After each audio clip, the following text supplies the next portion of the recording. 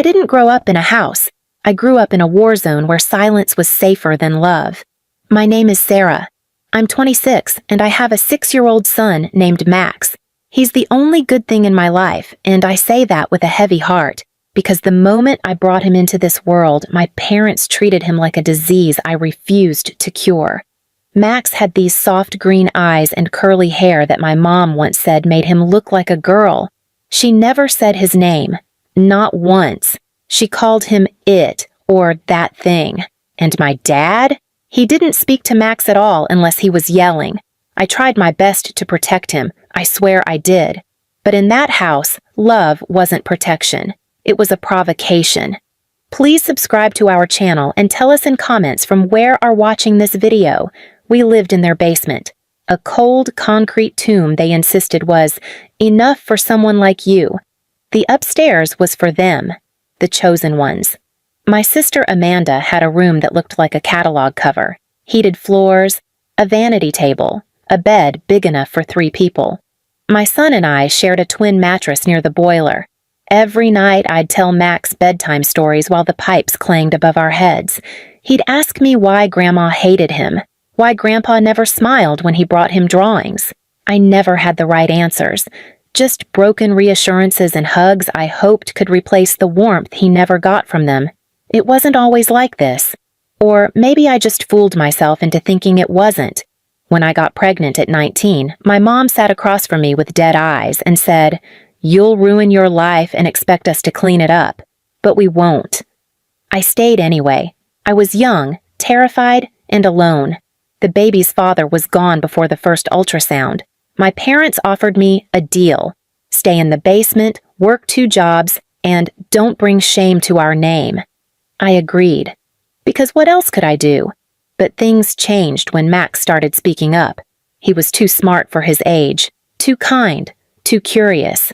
And in my family, kindness was punished. Curiosity was crushed. It was a Saturday, cold.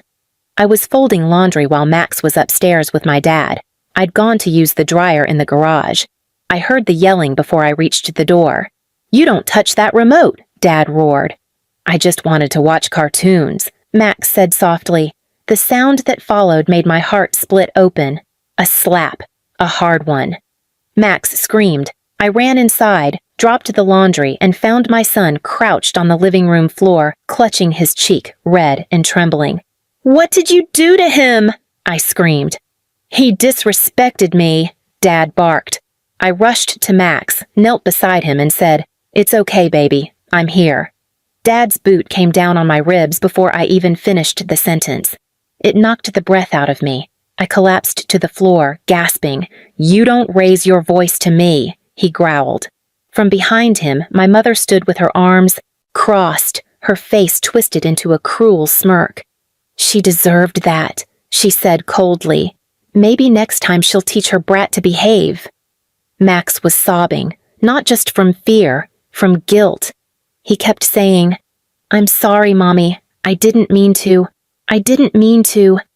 I tried to pull myself up, but pain shot through my side. I couldn't breathe properly. My dad didn't offer help. My mom didn't blink. They just walked back to the kitchen like nothing happened. That night, I didn't sleep. I laid on that concrete floor while Max cried himself to sleep in my arms. Every time I shifted, my ribs screamed. Every time I looked at him, I saw the bruise on his face and felt like the worst mother in the world. The next morning, my mom slid a cold plate of toast under the basement door. No apology, no concern. Just a note that said, "Teach your son manners or find another floor to sleep on." I could feel something in me breaking, like a string that had been pulled too tight for too long. I couldn't let this happen again. Not to Max. Not to me. I went to the mirror in the garage that night, looked at the dark bruises down my ribs, the swollen red mark on Max's face, the sadness in his eyes that shouldn't exist in someone who still sleeps with a teddy bear. That was the night I knew I couldn't survive in that house. But I also couldn't just leave. Because monsters don't stop hurting people when you walk away. They find new victims. And I wasn't just going to survive this. I was going to end it. But not with fists, not with screams, with strategy. and silence. Because the thing about silence, in our house, it was always mistaken for weakness. They had no idea it was going to be my weapon. The hardest part of revenge isn't the planning, it's the pretending. Pretending I wasn't limping from the cracked rib. Pretending I didn't flinch every time Dad passed by. Pretending I didn't want to claw my mother's eyes out every time she smirked and said, "Still playing victim, Sarah?" But I did pretend. Because people like my parents only know how to handle noise. I gave them silence. I gave them obedience. I gave them what they thought was submission. And while they laughed upstairs, I was quietly setting traps downstairs. I made sure Max never went near them again. I taught him to go silent when he heard their voices, to hide in the crawlspace if things got loud. I started recording. Small things at first, Dad yelling at Max, Mom calling him a stray. Then more, Dad throwing a bowl of soup at my head because I served Amanda first. Mom stomping on Max's art project and saying, "Trash doesn't get to decorate my house." All recorded, all time-stamped, all backed up in a hidden drive in the lining of Max's old teddy bear. But evidence alone wasn't enough. I wanted them to feel what they made us feel. I wanted them to question reality the way Max questioned his worth. So I started whispering, seeds of doubt where they'd grow deep. I played recordings of Amanda crying softly when no one was home, just loud enough for my parents to hear, but not find. I left their phones plugged in on low battery, then swapped out their alarms so they missed appointments. Dad blamed Mom. Mom blamed Amanda. I watched the cracks widen with every snide comment at the dinner table. "Don't blame me for your foggy brain, Dan," my mother snapped one morning. "Maybe you should stop drinking at 3 p.m. like a retiree. Maybe you should stop acting like I married you for your personality," Dad fired back. Amanda just stared down at her plate and said nothing. She had no idea I'd sent her job application from my mom's email, followed by a fake rejection letter. One by one, they started turning on each other. I picked up extra shifts at the diner without telling anyone and slowly saved cash. Max and I didn't eat from their fridge anymore. I stored our food in a locked cooler in the garage. Every time Mom threw out my meals by accident, I smiled and told her it was fine. Every time Dad slammed the basement door and said, "Don't come out until that mutt learns to shut up," I whispered to Max, "Just a little longer, baby." And then came the breaking point. It was a Sunday. I remember because the neighbors were out mowing their lawns and I heard a scream so sharp it sliced through the hum of everything. I raced upstairs. Max was in the front yard, clutching his elbow, bleeding. My mom stood above him holding the house keys. "He was running around like a maniac," she barked at me. "He slipped. His fault." "He's 6, I shouted. "What the hell were you doing with keys?"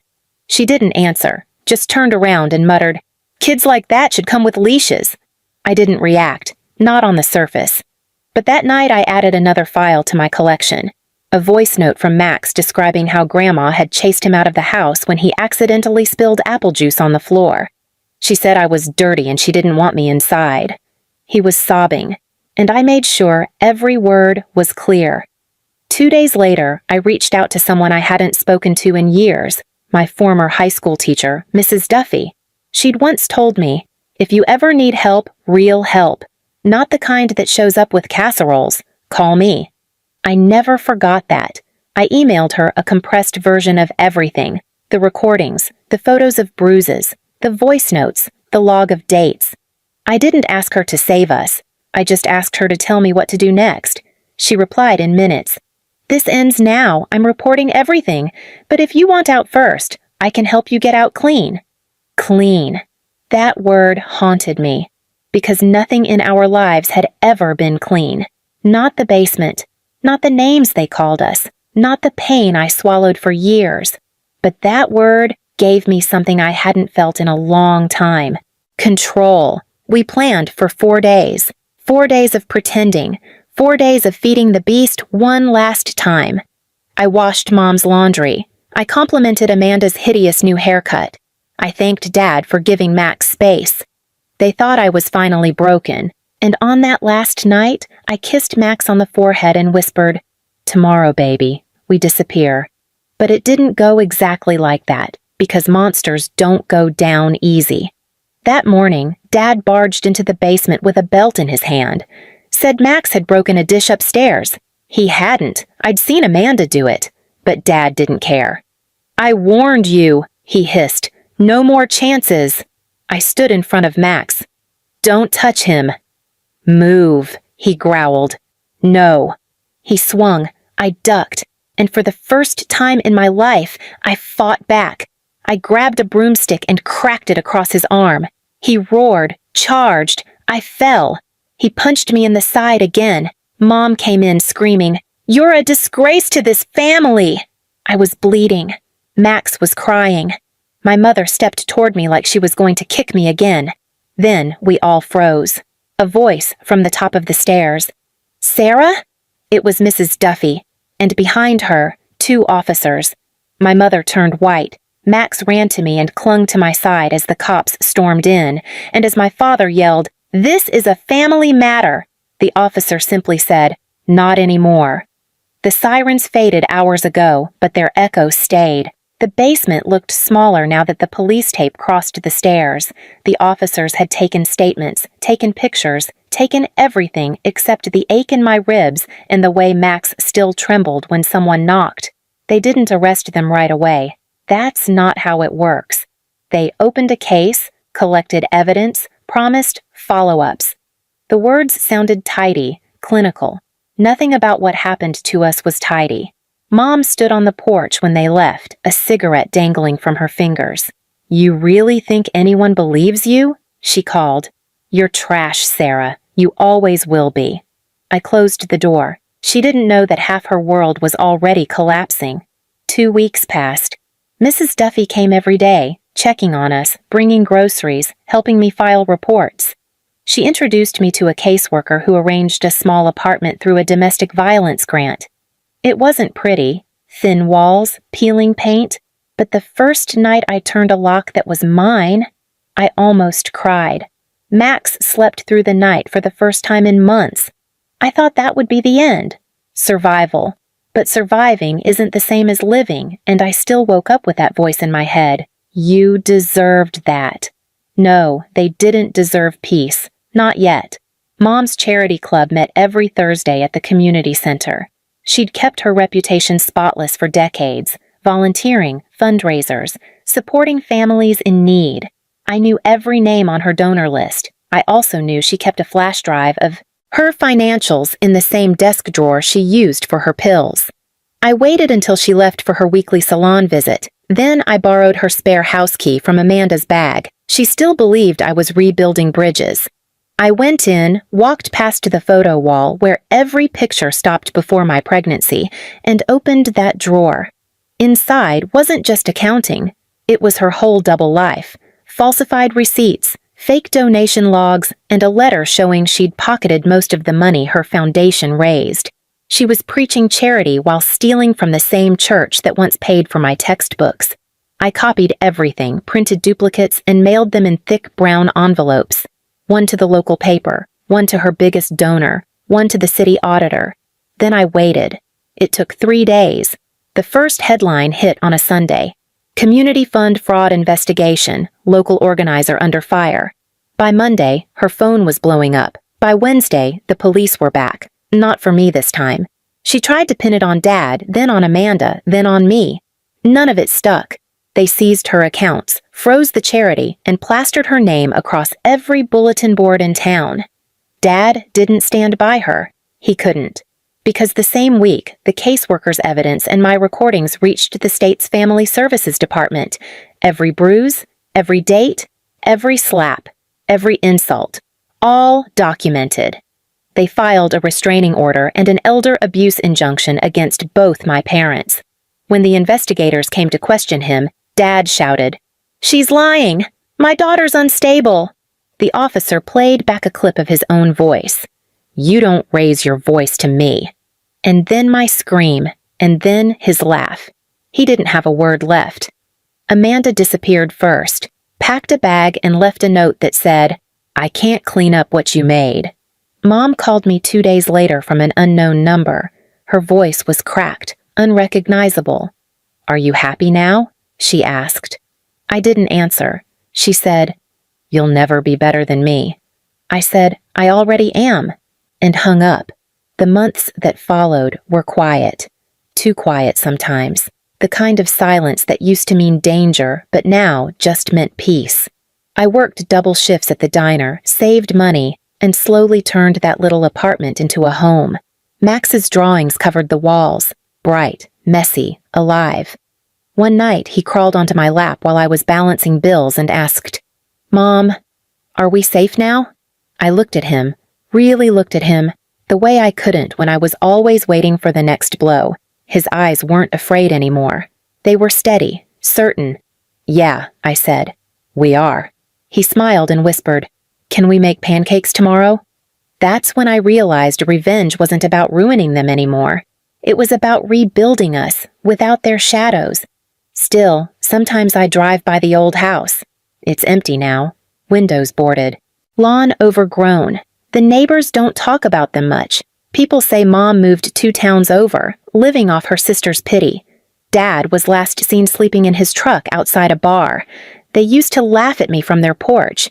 Now, the only thing that listens to them is the wind. I don't celebrate it. I don't cry about it either. I just stand there for a moment, holding Max's hand, and whisper, "You deserved that." Then I walk away, and I don't look back. Please subscribe to our channel and tell us in comments from where are watching this video.